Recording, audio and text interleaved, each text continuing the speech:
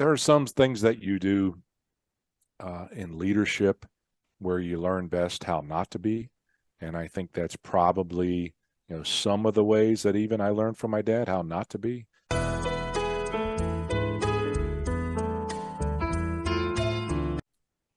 Excellence only happens on purpose. My guest, John, uh, leadership expert. What's this quote mean to you? Well, wow. When you talk about something like excellence only happens on purpose, I'll tell you a little bit of a story that's behind it. So my oldest son graduated Liberty University, and he was a cheerleader on the football team. And there was a posting on the president's website. It had a picture that said, excellence only happens on purpose. And that caught my eye. I was following him on Instagram.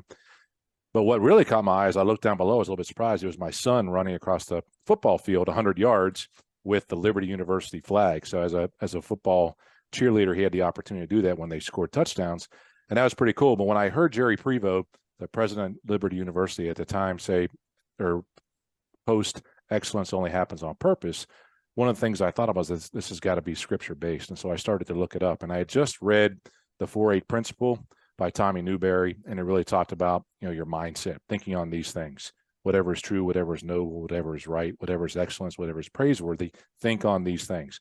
And that's always a good thing, but the Philippians 4:9 is really what comes after that, and where I got excellence only happens on purpose, is that basically you're being told inside of that quote to you can't just wait for it to happen. You have to go make it happen on your own. You have to do something about it. And so you have to be intentional about that mindset, but you also have to be intentional about acting and making that happen. So that was pretty cool how it kind of went all the way about. And I have that picture up on my wall in the office. In fact, for those of you who see it, I took it down off my wall just for this podcast to show it.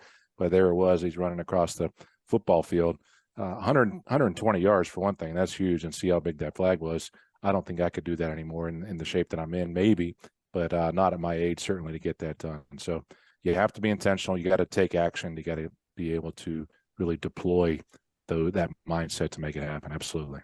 I think a lot about all the people out there thinking and theorizing and talking about whatever it is that they want to do. And one of my favorite quotes, favorite quotes is, it's a little bit of self-help stuff, but it's talking about the thing isn't doing the thing. Planning for the thing isn't doing the thing. Engaging other people in the thing isn't doing the thing. Posting about doing the thing isn't doing the thing.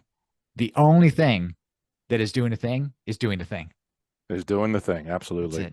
No doubt about it. I mean, you can talk about it all day long. I mean, there's so many, to your point, there's so many good quotes about it. The one that often comes to my mind that I've seen before too is it's much easier to act your way into a new way of thinking than it is to think your way into a new way of acting. There's no two ways about it. So Rory would be proud to hear that one in terms of how you switch that around with the wording and things like that. Heck yeah. Yeah. Inverse construction. There you go. Thank you very much. I'm still trying to learn all those good tips, but that's fantastic. It's really interesting. One of the journeys that I've been traveling through as I reflect on my role as a father really has been this very heavy, biblical influence, philosophical influence, stoicism, I have a lot of stoic influences in there. And one of, Marcus Aurelius is very well known as like, quit wasting time, quit spending time on arguing about what a good man is, just be one, and it's just like, man, like it's just all this great stuff. 2 sons. All right. Let's talk about how you raise them. I mean, being that responsibility you were describing, that's not handed out to everybody. So no, let's talk about that. Well, and it's one of those things that I didn't take lightly all the way from the start. And it's, it's part of my story as well, becoming a father. That's very important. And we can get a chance to talk about even before becoming a father. But once I did, I really didn't know the burden of the responsibility. I kind of, hey, you're going to be a dad. I was 27 years old, I believe, when my first son was born. But the time I really remember that this is like really real was when as a baby, we had him in church and we had him christened, and I was holding him in my arms, and, I swear he was looking right up at me, and he's like, look, dude, don't mess this up in terms of that time period. And I just absolutely started to cry uncontrollably in the church. And it was something that, people were trying to ease me, but it was really something that I felt whether he was talking to me or whether God was talking to me, that this is a big responsibility and not to mess it up. And, through that journey, look, 26 years later, I know I didn't do things perfectly, but I did know at that point in time that it was going to be, important to have God in our life. And that was something that my wife and I committed to early on as we went down that journey. So yeah, 26 years, I got a lot of experiences. I got a lot of wins under my belt inside of that space. And I got a lot of mistakes in the conversation that I can talk to that I really learned from as well. So absolutely. What was life like before that moment? So what was your mindset approaching fatherhood before the christening? And then let's get some specific about what does "don't mess it up" mean to you? Well, at that point in time, it really was. Again, you think about being responsible to and responsible for, and whether it goes even into my leadership now, is being able to equip my son to be successful. And my hope always was he got a chance to determine what success meant to him, but that again, I was going to try to model and to mold him into the man that he could be. So for me, early on, again, it goes back in how I was raised. I wanted to do things a little bit differently as well in terms of how I was brought up. I wanted to be able to provide maybe a lot of the things that I didn't have growing up. And it's not that we were poor. We had plenty of things. I wasn't poor when I grew up, but it was an opportunity really for me to say I was probably more about the stuff of providing to him. I was excited about the opportunity for him to potentially play sports. I was excited about the opportunity for me to be able to coach him in those activities. But I think the responsibility changed at that moment in time, that really said, I can't do it on my own, that it was going to take, help to get that done. I probably had a lot of pride going into it. And while that may not have been the only switch that occurred, it certainly was somebody telling me, you can't do this on your own. Go figure out, go ask for help and make sure that happens. So, and it's something we did a bunch of, that's for sure. What are some significant mentors you had during this? Oh, wow. From a parenting standpoint, when you look at it and how do I look to others as I go through, I mean, goodness gracious, for dads early on, and I tell this story, I mean, it took us a few years to find mentors to really guide us on that journey. We had friends who were just starting to have children, and then we had friends whose children were already grown or had never had kids before as well. And so it wasn't that easy. But if I look at those influences in my life in being a good father, gosh, I would have to say, I don't want to say it's TV kind of thing. It's kind of fun to talk about that, but it certainly was sports. It was, I was not into the leadership development as much as I am today in terms of personal development. I wasn't reading the Bible as much as I needed to. Again, I thought I had it on my own. And when I started to really figure that out and the church influences became such that I could find influence, it was my pastor who had small children as well, who was able to help influence me. It was my wife's dad who helped with that. And certainly my dad, again, I think I could go back to quotes that my dad had with me. He wasn't big on that kind of encouragement and making that happen, but he had his moments where he had an impact that I could look back on and say, you got to work hard to get some things done and go from there. So I don't want to think that I didn't look to him, but I had a lot of pride at 27 years old that I could figure it out on my own. So it took a little while for me. Once I was able to go ahead. What were some of the quotes, right? You mentioned from your dad, like what were some of the lessons that you learned from your dad and which ones did you carry on? Yeah, well, there's one, I'll tell you, there's two, and I'll even use my mom as an influence to help being a parent, whether it's helping a dad or not. But and I've told them this, and if they, they get a chance to listen to this, it'll be fun. I think mom will listen to it because I'll share it with her anyway, for sure. But one of the things that she would say to me is always kill them with kindness. So, there was a sense that as I grew up as a kid, there were things that I went through that I didn't want my sons to go through. One of them might have been, things that I had, but, whether it becomes too common of a story, but I had significant times where I was bullied growing up as a kid, and I was worried about that for my son. I didn't want the same thing.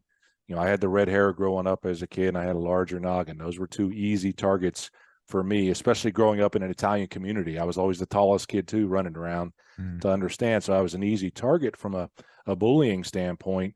And I didn't want that for my kids. But mom would say, look, no matter what it is that happens, she'd say, kill them with kindness.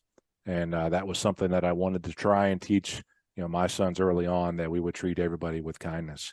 My dad, again, well, he was a hard worker, but there was a moment in time, there was a point before I had kids, before I was even married. But I remember my dad picking me up at the airport, and it was after a moment in my life where I had a letdown, no doubt about it. And he knew, again, he knew that I was going to be pretty down about it when he picked me up at the airport. And he says, you don't know it now, but this is probably the best thing that's ever happened to you. So pick it up, pick yourself up, and go for it. But he just said, you don't know it right now. And I think that's some of the things that I've been trying to even instill in my kids, that the experiences that you have, you're not going to know them at this point in time when they're happening, that they're going to be great. But at some point in time in your life, you're going to make that happen.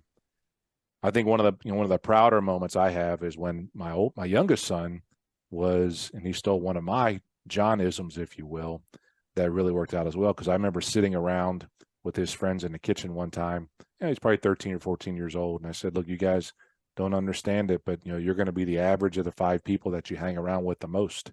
Mm-hmm. And they're stealing that one from Jim Rohn or whoever else has used that one. But I said, pay attention to those people that you allow to be around you, because they'll determine your success and make that happen. So, and it was a few years later that my youngest son brought that up, and he says, Dad, I remember when you said I'm going to be the average of the 5. Those are the times that that it works, when they bring it back up. There's some of the times that they're now 23 and 26 years old, and I know they're going to remember some of the things that I said down the road. They're not married yet. I hope that I was able to model some of the things as both a husband and a father that will, come to mind for them when the time is right. When the student is ready, the teacher will arrive, and that'll be there for them. So those are some things that have been big, important quotes for me anyway. That's fantastic. And one thing to consider for the Feel Good Fathers listening, right, is you never know. Like, you never know what they're going to hear and listen. And kids don't have the filter that we have as adults. A handful of conversations that are coming to mind here. Josh Cantrell, former episode, couldn't find that. He had one of his sons, they found out later on that his son had autism. And so they were able to completely rechange the language around that. And he kind of talks about his experience, these kind of elements, and they kind of impact only the father, the mother, but also the kids and everybody else is around them. And so we never really know. And so it speaks really important to the character, and it speaks to whatever the lessons are that you're going to bring into the house. What would you say would be sort of the thing you've been most proud of? And then how did you influence that outcome from your sons? Wow. Well, again, there's the basic, like, you're glad that both of them chose to complete and graduate from college. Those are proud moments for a dad, no doubt about it. What I talk to them now about being most proud of is they chose their own path. Again, I could imagine when I was sitting there when my first son was born, and he's 9 months old, and I'm like, I'm going to mold you into this engineer, no doubt about it. You're going to be an engineer just like Dad was, kind of thing, and make that happen. Let me take you to work. And we did those things. And, what they ended up studying in college was exercise science and youth ministry in terms of their majors that they completed. So, I was proud that they chose their own path. But, the piece that they learned were some of the disciplines required to get that done. It wasn't easy, but I wasn't the perfect college student either. I wasn't the perfect student going through school. Much like me, they both had, I'll use the term, easy paths through high school. They picked up things pretty easily in terms of grades and things like that. But when they got to college, they got rude awakening, very much like me, in terms of how to learn, how to process, how to learn, how to do in college and make things happen. But again, what I really appreciate is never a discussion on me saying you need to study this or you need to go to school here. They chose their own path, and they really made that work. I don't know if they still know what they want to do when they grow up, but I don't think their dad knows what he wants to do when he grows up either. So that can be a good thing as well. That's the wonderful line from that song, Sunshine. The most interesting people I know don't know what they want to do at 50. The absolute most interesting people I know don't know what they want to do at 60. There you go. Right. You mentioned something about discipline, with regards to achievement and college. I'd love to hear your thoughts on discipline. Yeah. So many of the principles that I've learned that I talk about, even, whether it's Philippians 4:8, we talked about at the start with regard, or 4:9, with regards to excellence only happens on purpose. Hebrews, really talks about discipline, the discipline chapter that exists. And as my kids grew up, I mean, I don't want to say that I was, the most disciplined dad. I'm sure there were more in the neighborhood that were disciplined, but I had certain things that, we really didn't allow into the house, whether it be that, and it was before social media and things, but, they didn't get their own mobile phone until they were 13 years old. I mean, I can't imagine. I didn't know what a mobile phone was until I was like 30 years old. That's a whole different story and telling my age. But there were certain things that we just didn't allow in the house. We chose not to watch rated R movies as a family, or if we get in even a PG movie and, the language was poor, we'd stand up and walk out of a movie. And so there's different disciplines that existed within that space. I mean, yeah, we had them as a kid where we sat them in timeout as a discipline for when they didn't do things that were correct. But it was a matter of teaching them disciplines. I remember a time, and you think about, again, doing things right, and was just going through. My son was having some challenges in a math class, and that was something that really came to me. That's why they didn't end up being engineers. Math wasn't their gift like mine was, and whether I was disappointed in that was a whole different ballgame. But I used to get frustrated that he wouldn't do his homework, and so I set up a process for him, a discipline that says, here are the 4 things you need to do before calling me to ask me for homework. First, read the sample problems inside the book, then take a look inside the back and see if you got the problem correct, because it's got the answers in the back, man. It's got the answers in the back. And if you don't have that and you don't get it from the example problems, then there's great new software called Khan Academy. Okay. And if Khan Academy doesn't have a potential solution to walk you through how to do that, then pick up the phone and call me, because I traveled a good bit growing up. That's a whole kind of different story in terms of some of the parenting, a little bit different. Or, come into my room and say, hey, I need some help on this. But really try to teach them the discipline of trying to get the problem solved themselves before they came in and asked for, the hero to fix the math problem for them. So that was something that was important. I like the angle of the due diligence and the independence. I'm really in Indiana Jones, The Last Crusade, right? Sean Connery and Harrison Ford, Indiana Jones and Indiana Jones' dad. And in the extreme example, uh, they're kind of arguing about Indiana Jones's upbringing. And what does he say? Indiana Jones says, like, you were never there for me.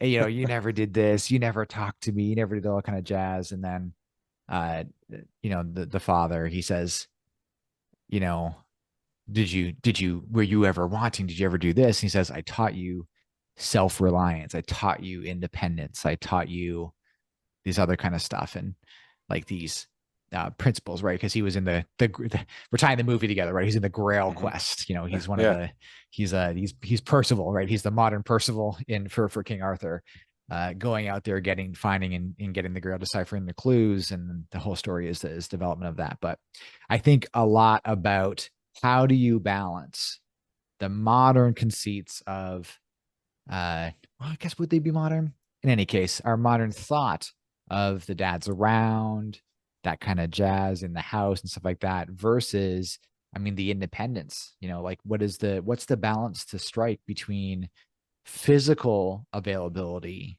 versus intellectual and emotional availability, spiritual availability? What are your thoughts? Wow. I mean, it is, like you said, it's a deep one. And it's something that, I mean, again, specifically, if I'm especially talking about being around. So it was probably when my sons were, all the time. This is going to be a really cool story. 3 and 1.5. And we lived in the same hometown as my wife's parents. And so, they get to see their grandkids all the time, which is really cool. And it was really cool. And I got a job opportunity that was out of town, moving from one town to 4 states over, basically from the Southeast to the Midwest. And I remember the day that I went into lunch, my wife and I had lunch with her parents to go in and tell them. And we had just ordered kind of our salads was a Red Lobster restaurant. I don't know why. I mean, I remember this like it was yesterday. And it was something that we sat down. We were going to tell my wife's parents that we were leaving, moving to a new city. And my wife just didn't know how to tell them. And she sat down, literally ordered the lunch. She said, "We're moving to Indiana." Like that's how it started. My wife just blurted it. And my mother-in-law said, "Check, please." Like we hadn't gotten anything. "Can you bring us the check for the Pepsis that you kind of charge us for? Lunch is canceled." She just couldn't handle it. It was one of those things that she couldn't handle as it went through. So that part of, that forced us to grow up as a family and being away. And my job did require travel. So, in essence, I had put my wife at 3 and 1.5 into a situation where sometimes she had to, we'll say, behave like a single mom almost because I was traveling for work. And it got to the point where I actually started to measure how many nights a month my head was not in my own bed. And I knew when I got to 10 or 11 that things started to go awry, that, the boys started to get a little bit punchy those 10 or 11 nights out of the house. And that, once I got to that point, things were getting very difficult. And I knew that when my work, despite the success I was having inside of the work, when my work was starting to require me to do even more international travel, which was going to require a significant number higher than that 10 or 11, that it was really time to make a change. And it was one of the, toughest and easiest decisions we made as a family. That was over the course of 4 or 5 years moving out, but we ended up moving back. But, really back to your question about the presence, physical presence versus the, availability that existed there, it did teach them a lot of independence. It did teach them the need to do what you had to do to provide for the family. But I remember, again, some of the most fun times that we used to have, and I still have pictures on my wall over here of when the kids would go into the office with me on Saturday morning, and I had this huge wall that was a dry erase wall that it was just unheard of back then in the early 2000s to have that. And they'd just sit there and draw pictures on the dry erase wall of what was really, really cool to them. And, so those were times that they remember. Those are certainly times that I remember, those present times in terms of what was really there. So it's not an easy balance. I don't want to say or make any qualms about what that was. Once we ended up moving back, I did make that commitment to not being out so much. And frankly, the next step was to be even more engaged. So I decided, for some reason, decided to be a coach of my son's basketball team. So, coaching your son's never an easy thing when they're happening. And, there are challenges of being a dad inside of that space as well, and how much discipline is required. And are you harder on your son than you are on the other kids? And I see that. And it can be actually less fruitful at the time for your son. And in this case, I think there were times when that happened and I would get disappointed. I mean, I'd be tough on it. I think it's natural to be tougher on your own child, whether that's right or wrong. Don't get me wrong. We had opportunities where there were teaching moments because we weren't that good. And he would have behaviors that were similar to that I did. I was a sports fanatic and I did not like to lose. I was competitive, and he had tendencies that were just like me. So those are, again, learning points. They do what you do. You model what you want. And those times with him, though, I could never replace from that standpoint of being a coach. Did you solve that competitive edge? I always tell people there's a really big difference between wanting to win and not liking to lose. There's two different edges to the competitiveness. Did you ever do any work in that for yourself? Did I solve it with my kids? Was probably later than that. I've mellowed in the last 10 years. My son's played high school sports all the way up through. My youngest played lacrosse, oldest played football and lacrosse. And so, I was always at their sporting events. That was the other thing I was able to do. I was at there. So I wasn't coaching them then in high school sports, but I still did find myself pretty intense. And it was years later. I don't know if I solved it. I got better. I got a lot better. I mellowed out significantly, but it was probably after they left. And again, I think they have tendencies that are close. I mean, there's some things that they learn that you don't like, and some things they learn that you really do like in terms of how they behave. And I could have done better in that space. There's no doubt about it. Your question specifically was about the competitiveness and wanting to win versus learning how to lose. And I think the piece, I don't want to turn the question or not answer the question, was that I wanted to make sure they were not okay with losing. And what I mean by that is that, the time that they started to grow up in, the time started to be more about participation trophies and gathering together. And it was just about playing the sport. And, my expectation was that they were going to play hard and that they were going to try to win. It was never that they would win every time, but they would try to win, that they would give the effort required to be good. So that's where I spent a lot of time with them, was not being okay with losing, especially if you didn't give the effort that you needed to. So I think that last component there is, I think, the most critical, because I have the exact same conversation with my daughter, with my eldest. I'm gonna have the exact same conversation with my youngest. It's like, I don't really care what you do. I just care that when you pick what it is that you want to do, that it's 100% of what you want to do. mm-hmm. There's never any like, I don't feel like it days. There's never any lackadaisical days. It's like, if you're going to do something, then do it. Right. Like, right. have the integrity. You are representative of the Twining name. Like, yes. This is the family. And so when you don't show up, like, it's not just you. You have a responsibility to show for the whole family. And we'll see. Boy, that's such a good point, Jay. And I think that's probably something, actually, because my wife, loved their sports as well and got really excited. And she would probably say that more. You're representing the family in that standpoint, in terms of how that goes. But again, that allowed me a little bit of freedom in the other space, again, of their effort, to look at their effort. It wasn't just about representing the family. It's about, internally, kind of, who are you in doing what you're doing. One of the things is go ahead. Have you read Carol Dweck's Mindset? No, I haven't. It comes up all the time. So Feel Good Fathers, you're very, very familiar with this book. I'll put another link down in the bio. It's a fantastic book, but it really goes over growth versus fixed mindset. Mm-hmm. And so, for instance, okay, sure. So let's suppose that your son was good at math, right? And they had figured that out, and they were getting A's. You'd be like, "Oh, you're so good at math." Okay, like, it's true, it's acknowledging, but it's creating a fixed state in their head.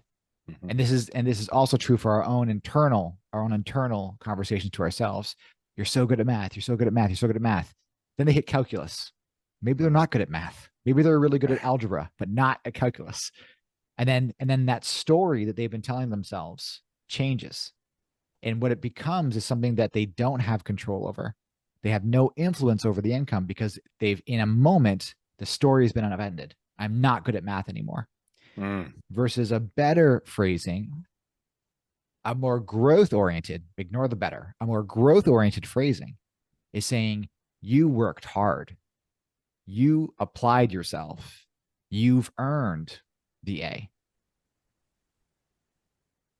Not perfect, way more involved than just what I've done there. But I think that idea that is super critical. It's about that effort that you put in. Sure. Right? Don't be okay losing, especially if you didn't do your best. Now, if you did your best and you left it on the field, right? I played football, played hockey, right? If you left it on the rink, we would always say, leave it on the rink.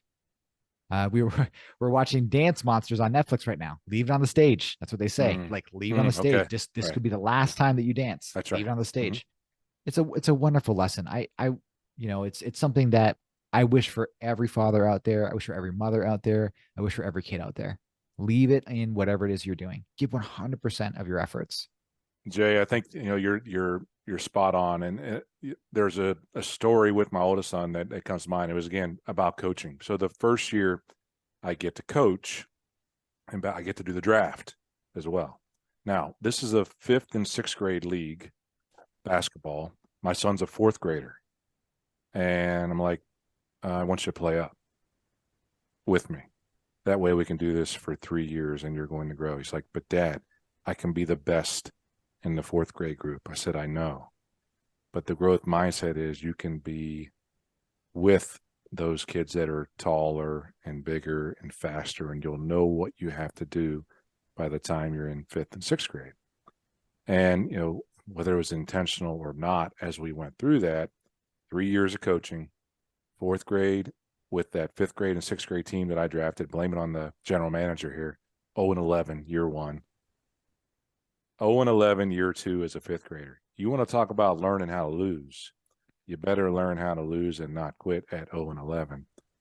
And year three, I bring in a new coach. Thankfully, my brother, younger brother of mine, who is a natural, and he's still a coach, actually a basketball coach today, and he's a teacher. And we coached together. He and I coached together when my son's in sixth grade, and we got it right. So those kids grew up together for 3 years, and there are other coaches that kind of accused me of something here, but went 0-11, 0-11, made it to the championship game. Didn't win the championship game against the Celtics, but they remember that. They remember the moments and how good it felt to get to that moment that was critical for them. And then you talk about fatherhood. Like, I appreciated the opportunity not to be a dad, because there's no replacing, but that young group of kids that were my son's friends as well, whether it was coaching them on a basketball team or whether it was making sure that we could bring them over to our house for dinners so that I knew kind of, what was happening. Not everything was happening. They've been telling me the past few years about what was happening when I didn't know what was happening. That's a whole different story, Jay, in terms of how all that works as they get older.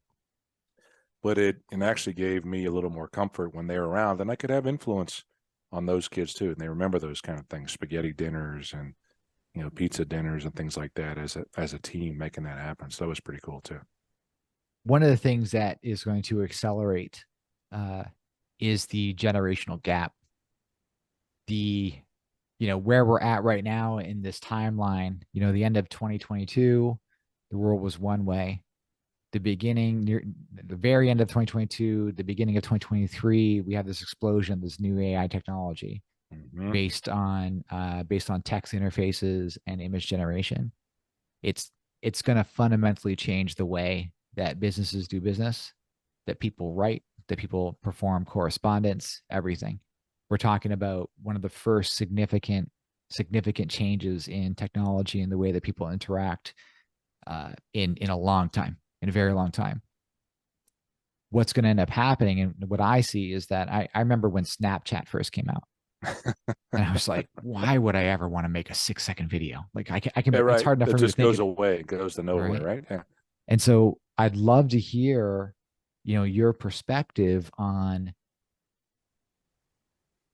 what were the parts where your sons were talking about things that you didn't understand. How did you navigate those conversations? And let's take a look at it from the perspective that, as feel good fathers, we are entering a world where we're not going to understand our kids. They're going to be using technology and they're going to be fast. That it's already, in the past 10, 20 years, the ability for the human beings of different generations to process information just from exposure and think about it. It's increased. It's increased. I'd love to hear your thoughts.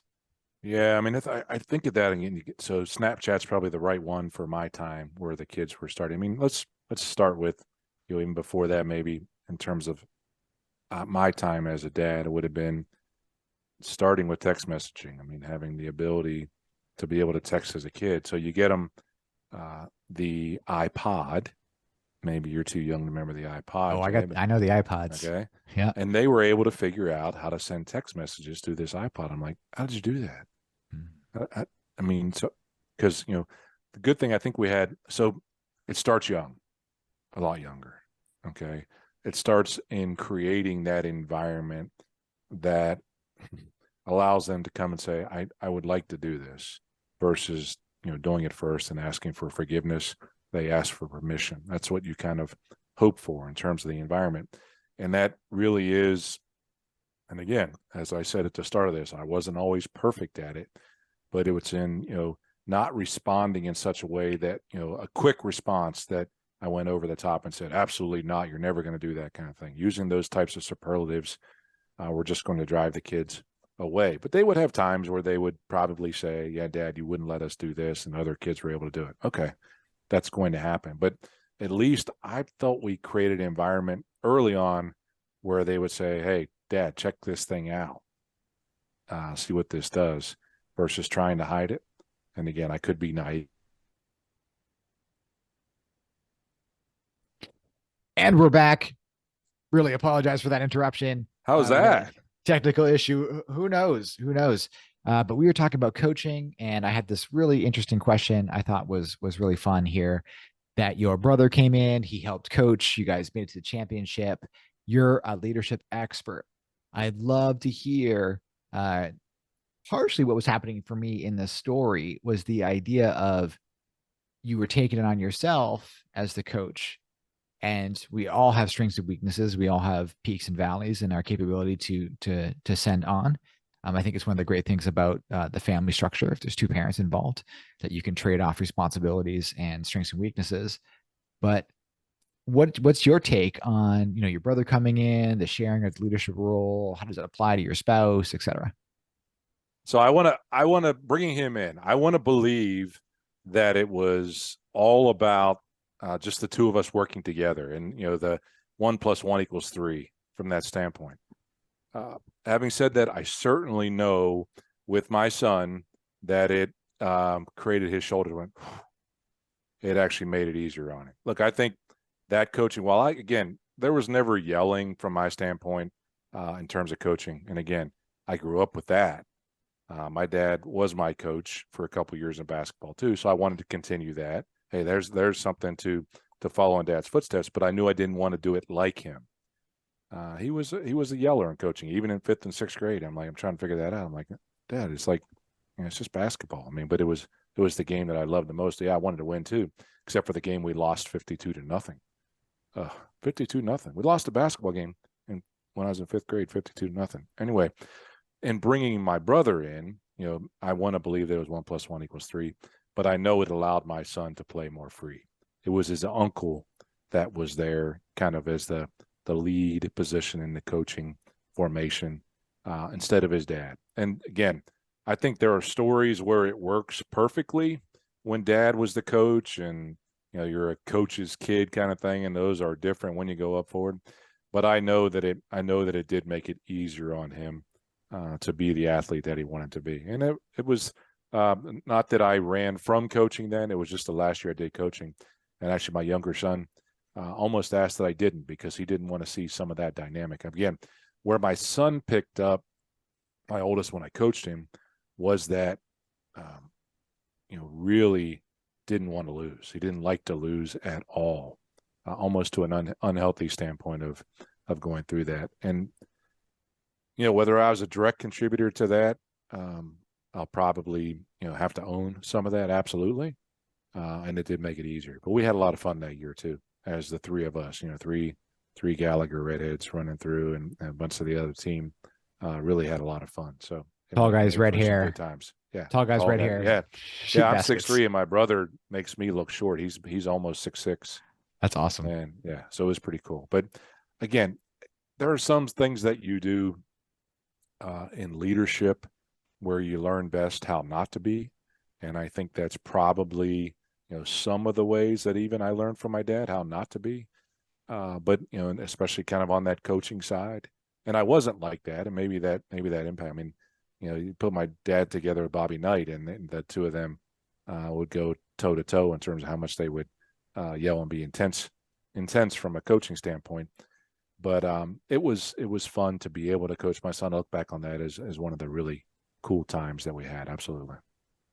Awesome. Mr. John Gallager, if folks want to get in touch with you, right, how would they do that? Yeah, the best place to go right now is CoachJohnGallagher.com. That's the easiest way to get in touch with me. You can take a look at the podcast, the Uncommon Leader Podcast, on that website. It also has uncommonleaderpodcast.com, where I, just like this, have conversations with other leaders that are making an impact in our world, in our community.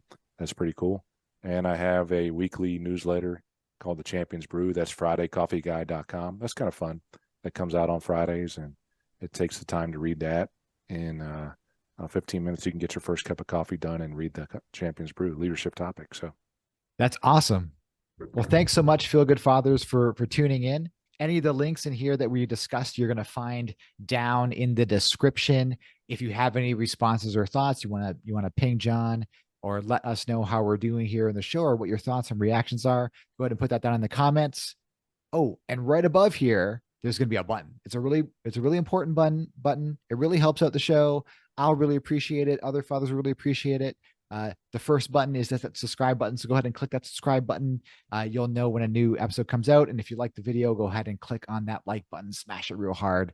Let us know. Let the algorithm know that you want to see more conversations like this. Look, people, make that happen, really. I mean, the subscribe button is the easy button to hit, and you'll get the automatic. But check the link out above my head as well. That's the next video. So you want to go see more episodes just like this, look, go and check it out. I know you're going to enjoy it. Absolutely. Thanks, Feel Good Fathers. Thanks, John.